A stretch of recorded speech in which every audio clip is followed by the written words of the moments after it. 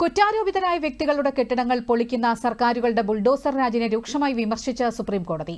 ഇത്തരം നടപടികൾ നിയമവിരുദ്ധമാണെന്ന് ജസ്റ്റിസുമാരായ ബി.ആർ. ഗവായ്, കെ.വി. വിശ്വനാഥൻ എന്നിവരടങ്ങിയ ബെഞ്ച് വ്യക്തമാക്കി. നിയമനിർവഹണ സംവിധാനങ്ങൾക്ക് ഒരാളെ കുറ്റവാളിയായി പ്രഖ്യാപിക്കാൻ കഴിയില്ലെന്നും കെട്ടിടങ്ങൾ പൊളിക്കാൻ അധികാരമില്ലെന്നും വിധിയിൽ പറയുന്നു. പാർപ്പിടത്തിനുള്ള അവകാശം മൌലികാവകാശമാണെന്നും നിരപരാധികൾക്ക് അത്തരമൊരു അവകാശം നിഷേധിക്കുന്നത് തികച്ചും ഭരണഘടനാ വിരുദ്ധമാണെന്നും സുപ്രീംകോടതി ബെഞ്ച് വ്യക്തമാക്കി.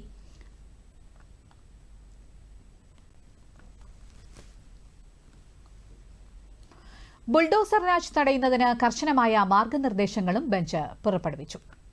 വസ്തുവിന്റെ ഉടമയ്ക്ക് 15 ദിവസത്തെ മുൻകൂർ അറിയിപ്പ് നൽകാതെ കെട്ടിടം പൊളിക്കുന്ന നടപടിയിലേക്ക് കടക്കരുതെന്നും സുപ്രീംകോടതി നിർദ്ദേശിച്ചു. രജിസ്ട്രേഡ് തപാൽ മുഖേന ഉടമയ്ക്ക് നോട്ടീസ് അയക്കണമെന്നും അത് കെട്ടിടത്തിന്റെ പുറത്ത് പ്രദർശിപ്പിക്കണമെന്നും നിർദ്ദേശമുണ്ട്. നോട്ടീസിൽ അനധികൃത നിർമ്മാണത്തിന്റെ സ്വഭാവം, നിർദ്ദിഷ്ട ലംഘനത്തിന്റെ വിശദാംശങ്ങൾ, പൊളിക്കുന്നതിനുള്ള കാരണങ്ങൾ എന്നിവ അടങ്ങിയിരിക്കണം. പൊളിക്കുന്നത് വീഡിയോ ദൃശ്യങ്ങൾ പകർത്തണം. മാർഗനിർദ്ദേശങ്ങൾ ലംഘിക്കുന്നത് കോടതിയലക്ഷ്യത്തിന് കാരണമാകുമെന്നും നിർദ്ദേശത്തിൽ പറയുന്നു.